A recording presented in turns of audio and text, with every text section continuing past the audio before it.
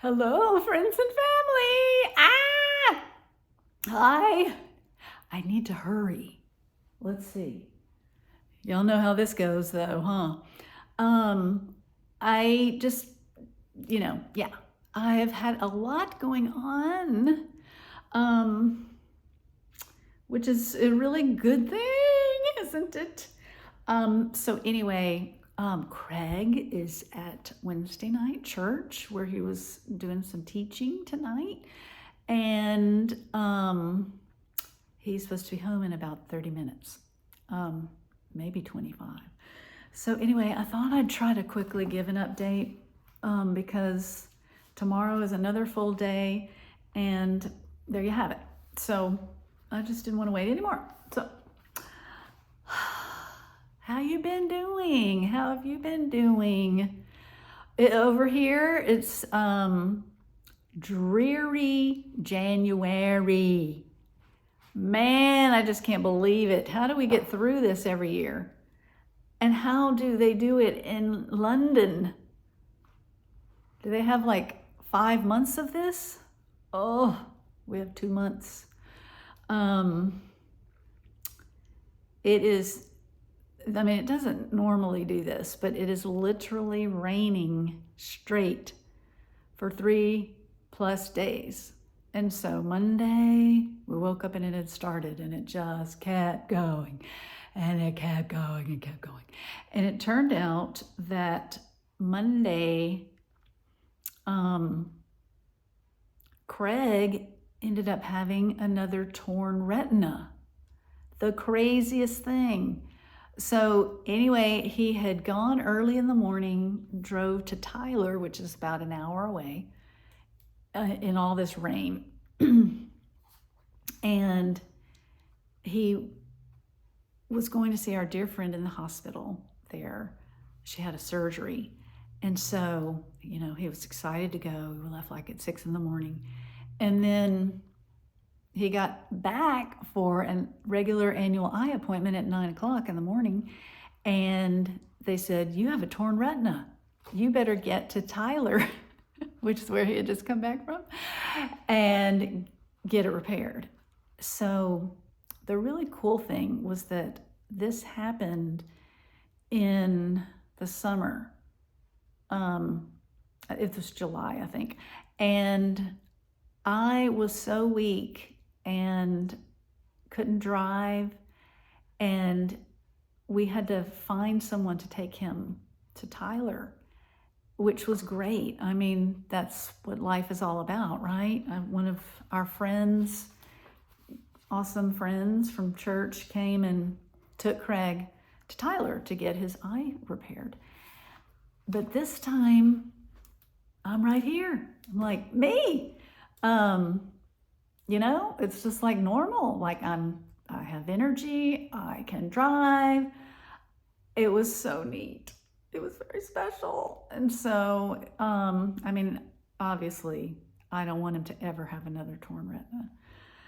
They said, it's a good thing you came in when you did, sort of a thing, and just crazy. It was pulling on a blood vessel, and so anyway, that wouldn't have been, yes, he can go blind if certain things happen.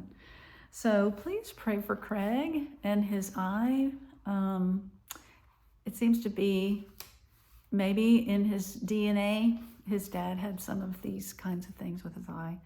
So anyway, but if he could just not have any more of these, just God to just strengthen his eye and it to be okay. That would be awesome.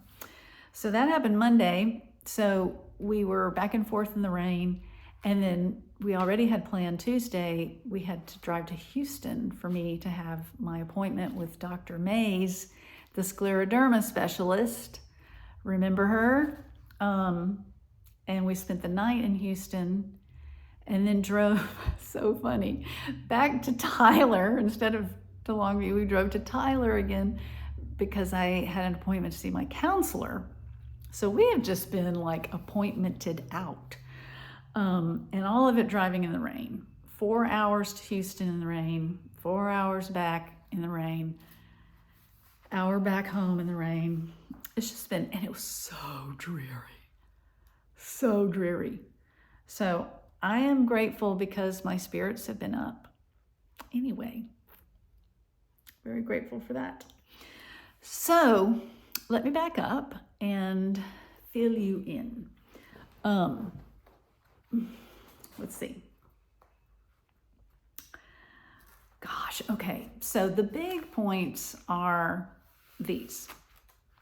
Since I last talked to you, I have been transferred to Dr. John and seen him, my oncologist that I've had since 2020. I saw Dr. Mays and I saw my counselor. So you know those two things. So let me fill you in on those three things. Okay. Dr. John said that my blood work was looking really good.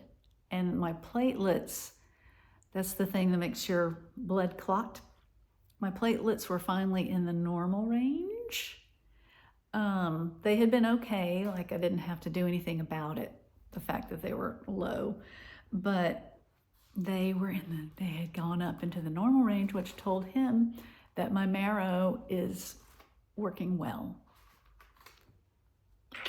So, he said my lymphocytes are still low. And that's, so yeah. Some of my white blood cells which are lymphocytes too, is that right?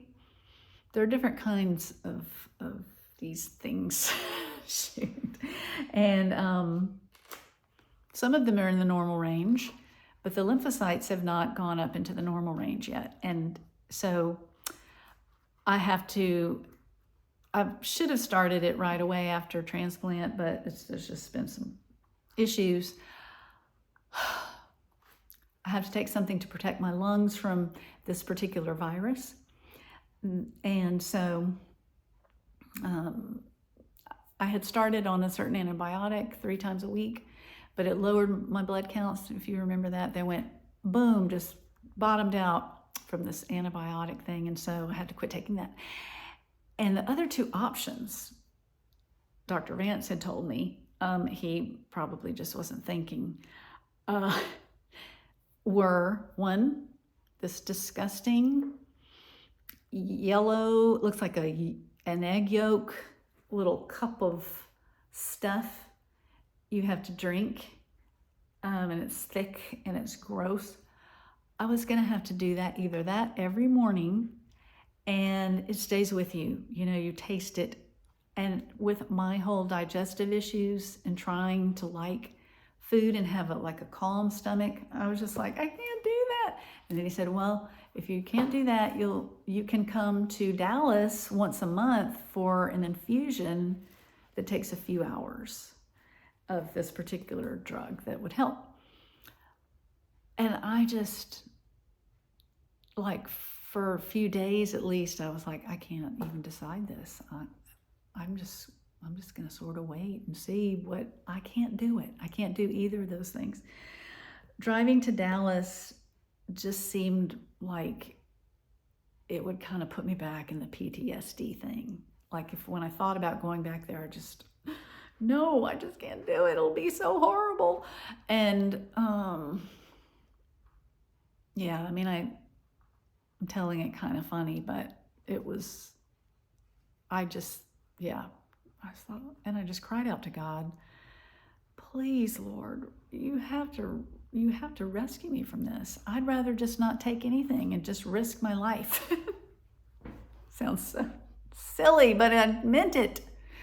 I can't do something that's going to gross out my stomach and stay with me all day, or at least for the morning.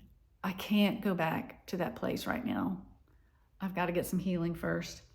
So anyway, when I went to see Dr. John last Thursday or Friday, he said, no, you can do the infusion here in Longview. So I was so grateful. I'm so happy. So I don't have to drink the yellow junk. And I'm going tomorrow to have my first infusion, and I think it just takes an hour, said the lady who scheduled me. So that was great. Okay, so that was some of the stuff with Dr. John. Also, he said, let's see, you will have another PET scan, which is like an all-body scan. Or if insurance won't pay for that, I'll have a CT scan, which if they find something on the CT scan, then they go to a PET scan. Anyway, I'm sure they're not going to find anything.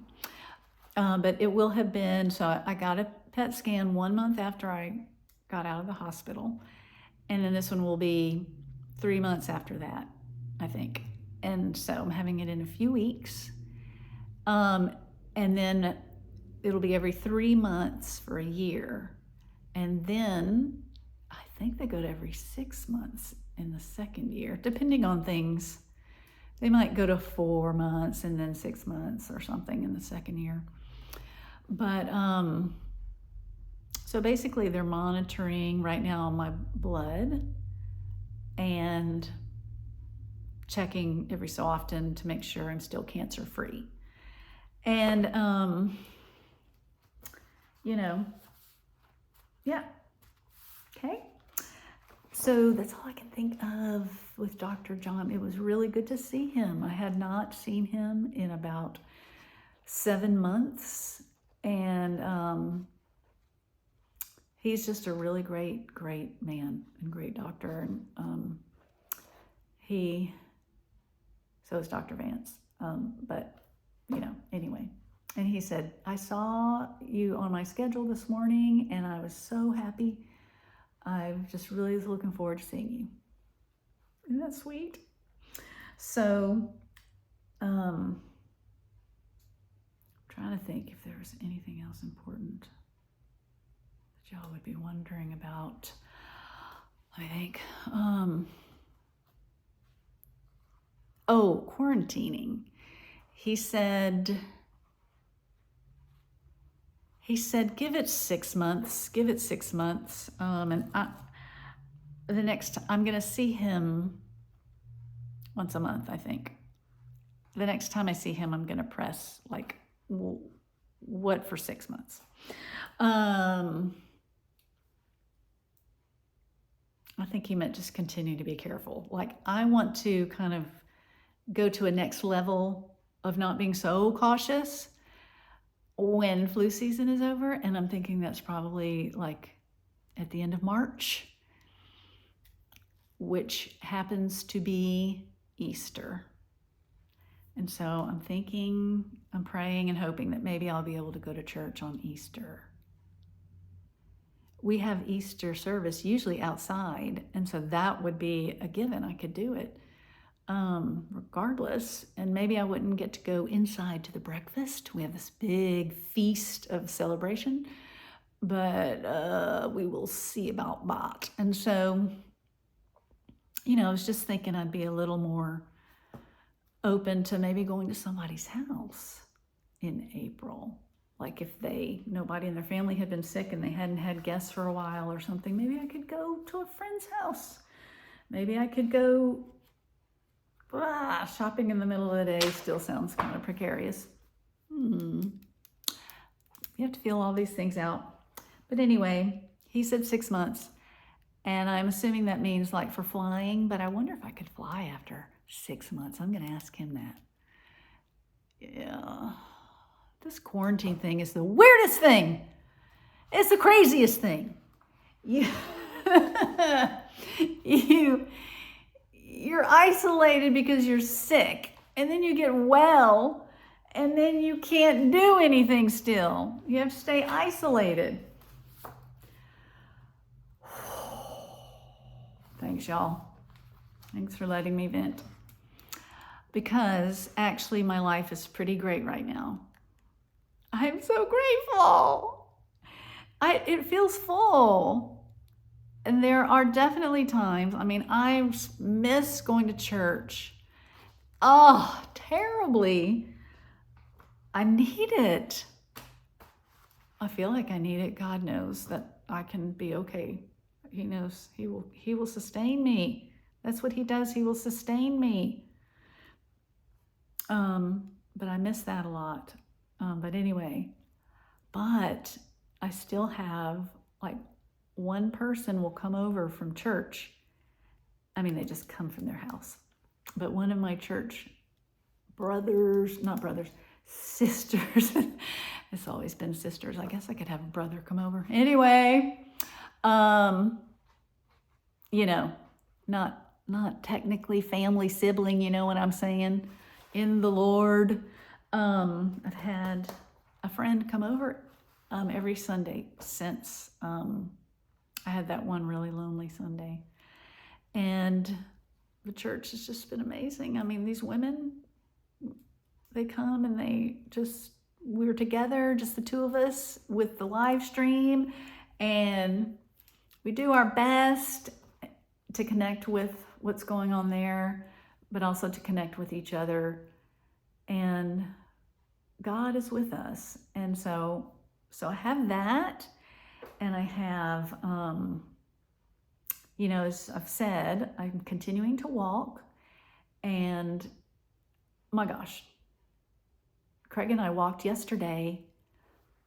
It had been raining all day, and we walked from Dr. May's office to our hotel. It was only like a mile and a half, but we did that.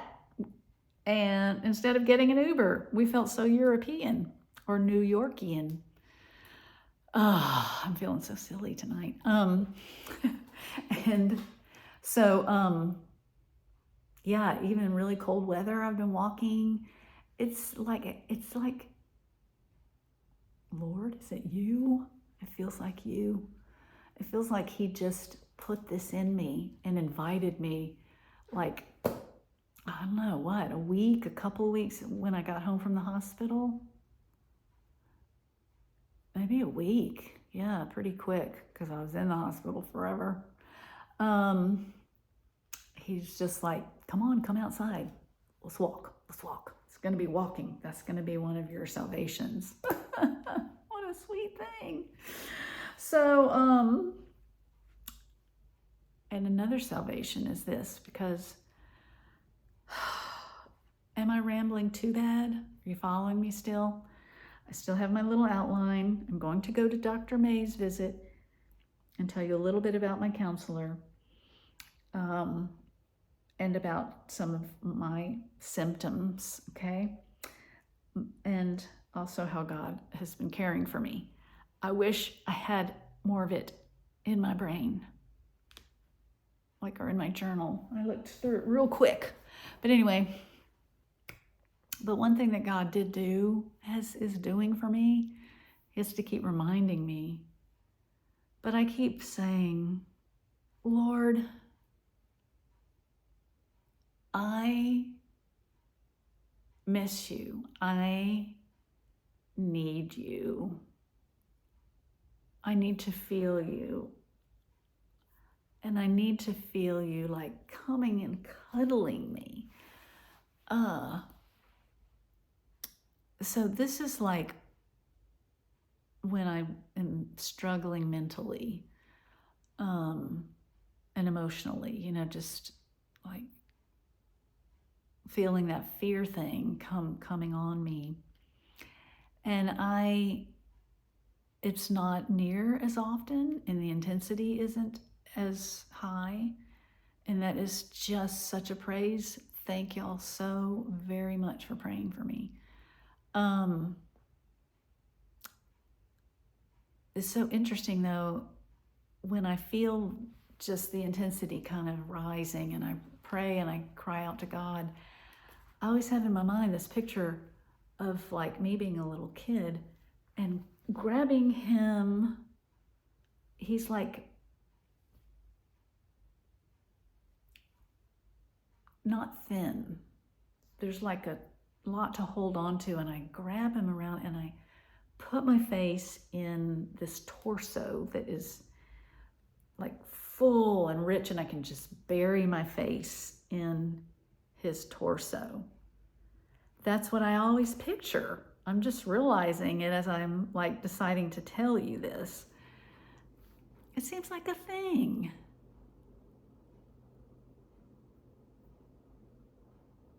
It's like, bury me, Lord, just bury me in you.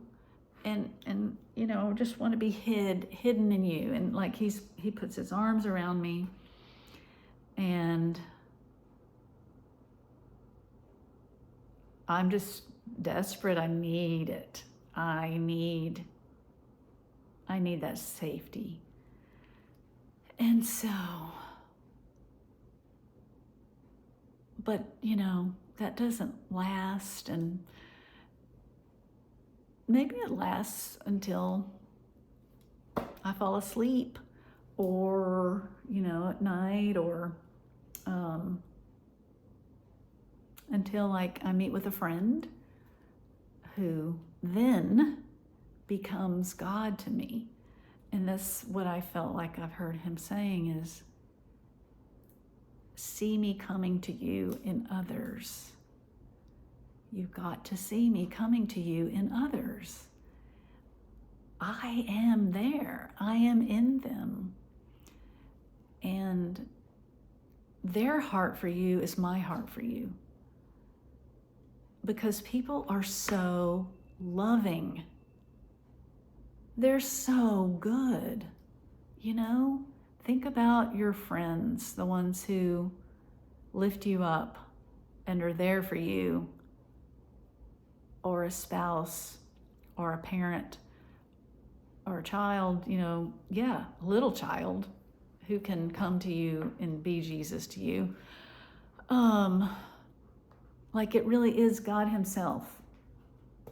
It's that person too, of course. But God is delighting to minister to you and to bless you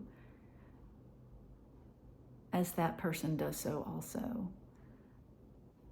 And so I'm not good at it. Like, I forget. But I have meditated briefly a couple of times, like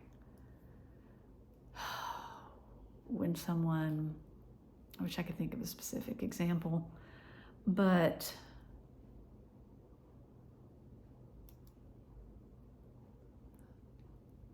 maybe it was, well, it was my birthday last week. Okay, so here's an example. Not really a full example, but I had a lot of socializing last week. Because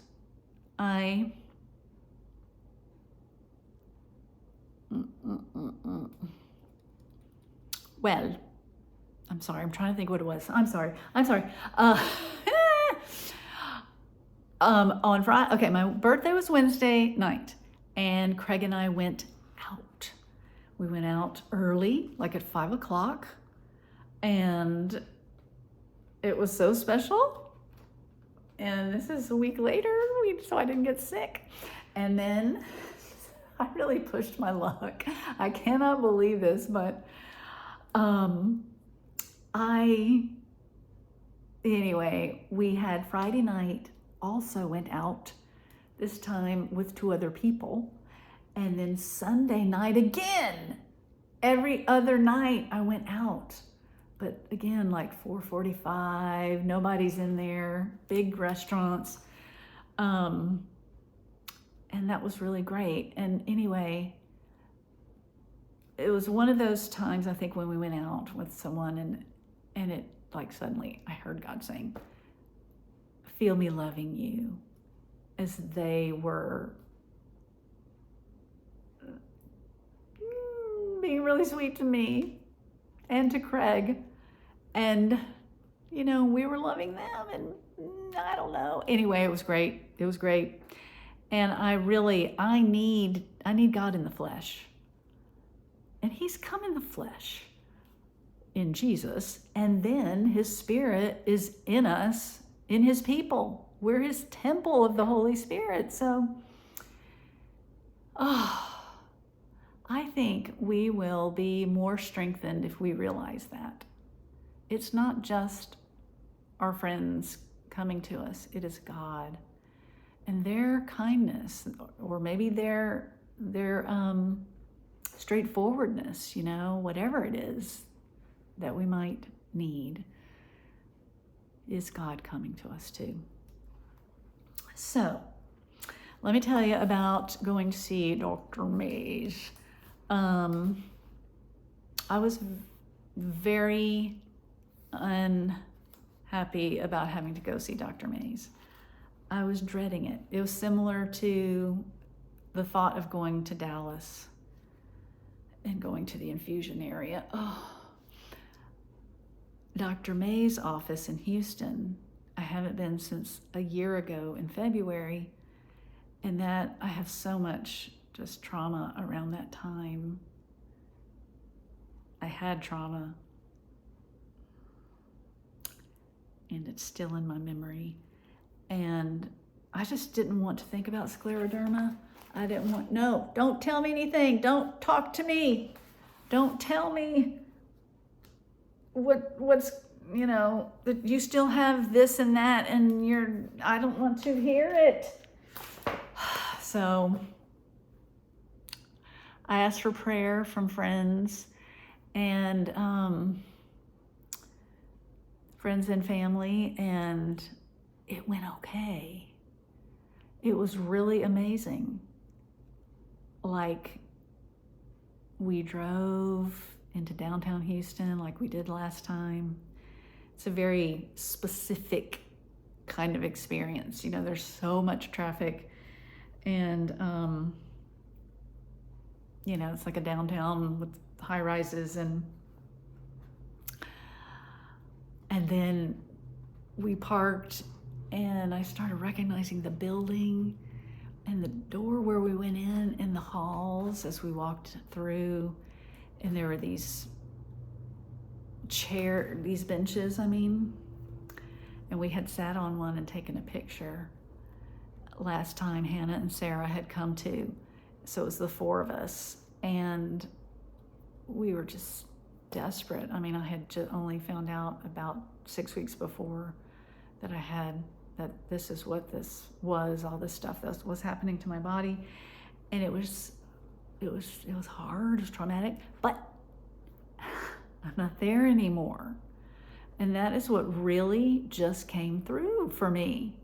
Like, instead of having like a PTSD kind of moment, I didn't have any of that.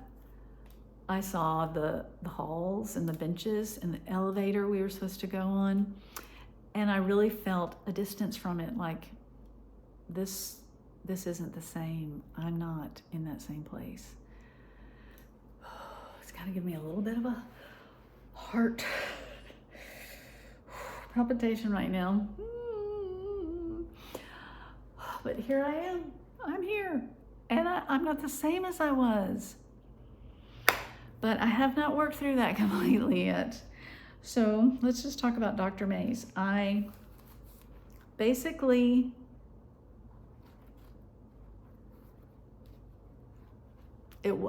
other reason I didn't want to go was it was, a huge trip, and I didn't figure we're not going to find anything. We're not going to find out anything. It's just going to be like, okay, we'll see you next time.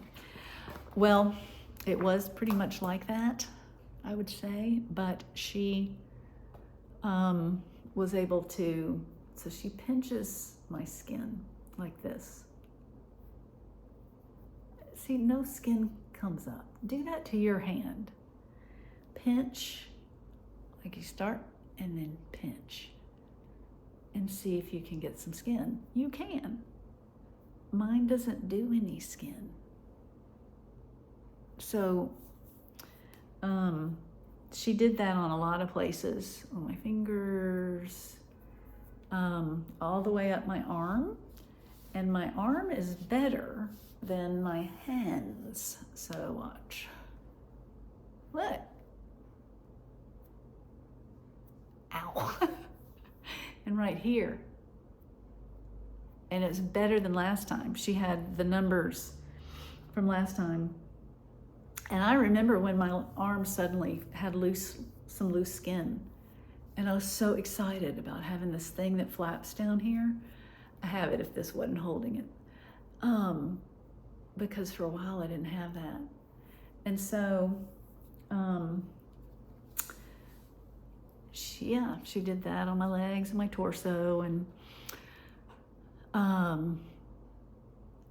so that was good. I was glad to have her check that out. And she called from my knee up. She called it a band. Yeah, a band. And that's exactly how I feel. I have this hard band up my leg. And, Craig might be home. The dogs aren't barking. He's not home yet. On both sides, I have this, it's just like a hard thing. And she said, you should continue to get some more softening. And so, I mean, hello, I'll take it. Why would I say, well, she's just being optimistic or something. She's such a scientist.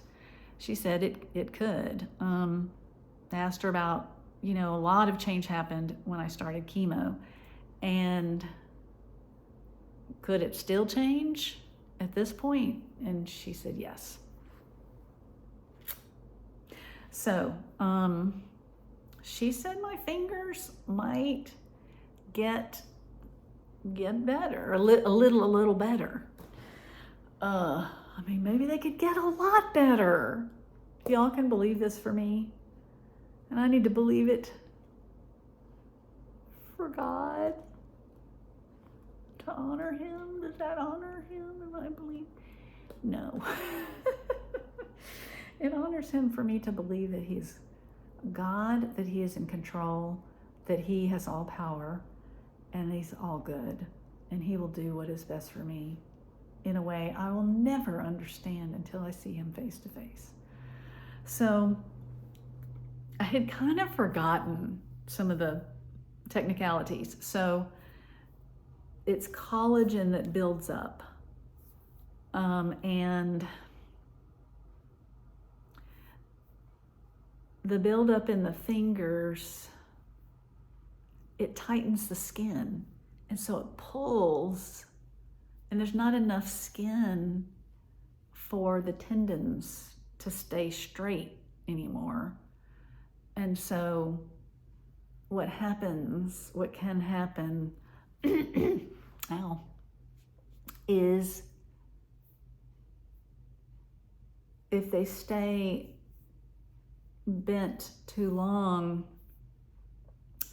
the tendons shorten. And so then even if your skin softens and loosens, the tendons might still be stuck the way they are. So may we worship God. May we worship God no matter what. It's easier for me to say that now because I feel better and I have more life in my life. It's very hard when you're really suffering. I recognize that for people. But anyway, that's the situation there. There's my prayer hands, see? But I tell you, I am doing a lot of things with these hands. I need help sometimes, and it hurts to cook, and it's slower. But I like doing it. And I can type, and I can write with a pen and a pencil, and all that stuff. And I don't have the sores on the tips of my fingers. So I do still have Raynaud's, which is the purpling and whitening of the fingers, and especially with the cold now. They recommended possibly another medication that I could try. I've tried 2 of the 3. The third one has some side effects, and that's why I didn't do it before, but I might consider it. It's been a thing with all the cold weather. Yeah. So anyway, yeah, just a lot of issues with my hands, but okay. Then I think that I'm going to see her in 4 months. We have to go back to Houston because she wants to measure everything. And let's see, did she say anything else? She said, Craig asked, is it cured? And she said, it's really a wait and see. And it's only been done for about 10 years. But she had told me in an email that the effects seem durable, have been pretty, generally durable, meaning they've lasted. So that is on the horizontal level, and I want to believe the vertical level. The dogs are barking. Okay, so let me just tell you that I met my counselor a couple of days after the last video, and then I saw her again today. And she is a gift. She's a blessing. I'm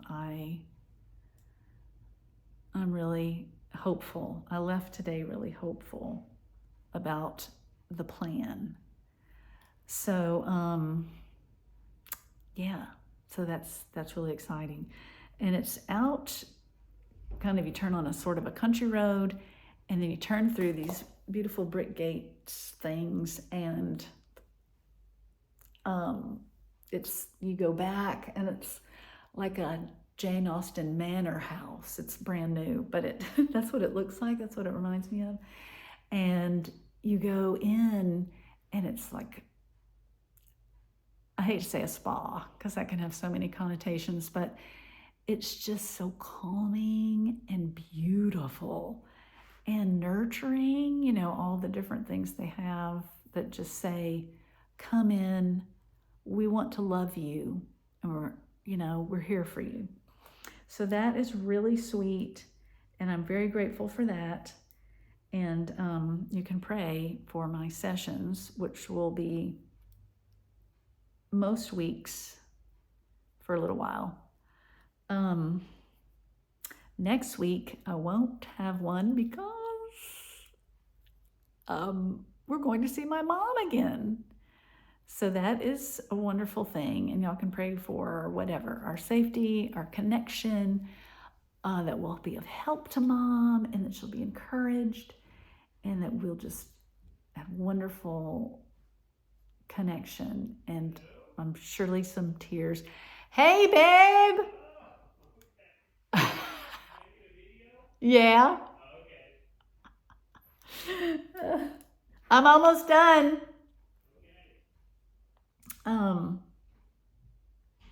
So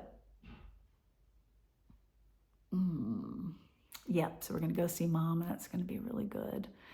And mom is just a beautiful woman trying to walk through losing the love of her life that she's been with since she was 14 or whatever.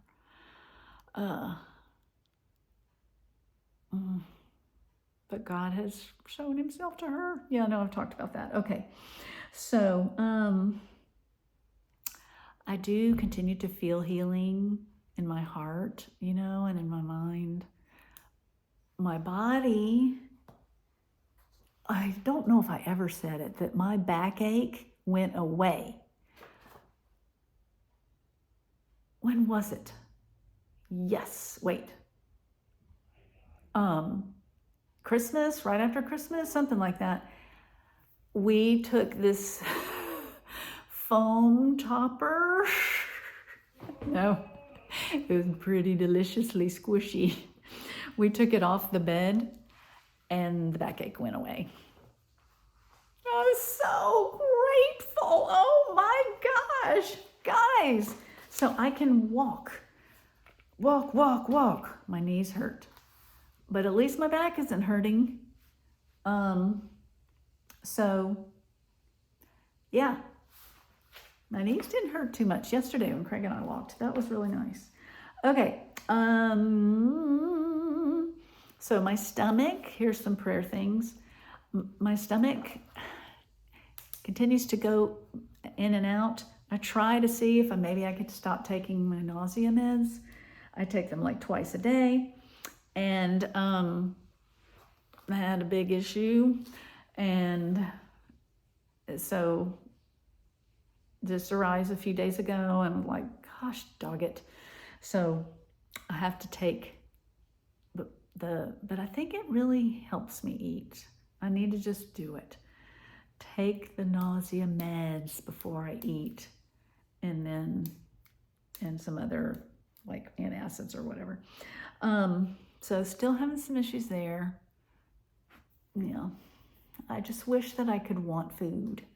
That's a prayer. That I could really just want food, and my body would want it, and it would take it and assimilate it in a normal way. Thank you. My knees, and Dr. Mays said it's not really arthritis, which scleroderma can cause, because it doesn't get better. Arthritis, usually you're stiff, and then it gets better as you move. But my knees and my hands don't get better. Just when I use them, they hurt. So, what did she say? So if it was arthritis, if it was inflammation in the joints, it would get better with this medication. This, I just need the scleroderma to get better. The collagen to go away. She said it can go away. So last thing, one other reason and way that I have been busy is that I have been, well, just to say, on Zoom, I do my Bible study. It's all Thursday mornings. And then I have my writing community that has been at least something every week. And I'm helping plan a little Zoom presentation night. So I'm part of a committee. And then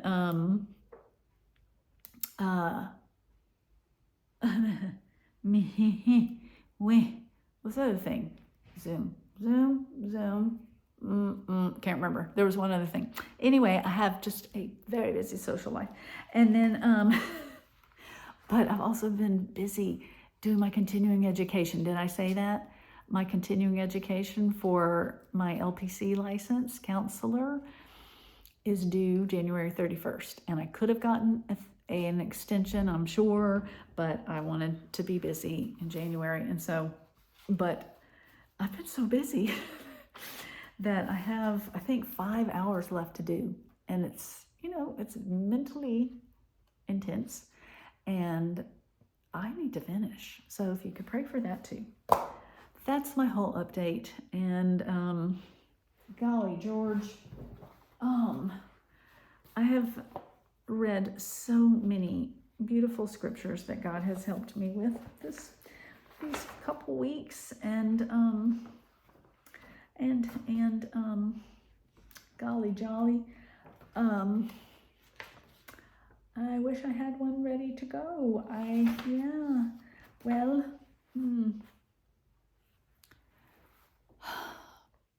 Y'all are an amazing community.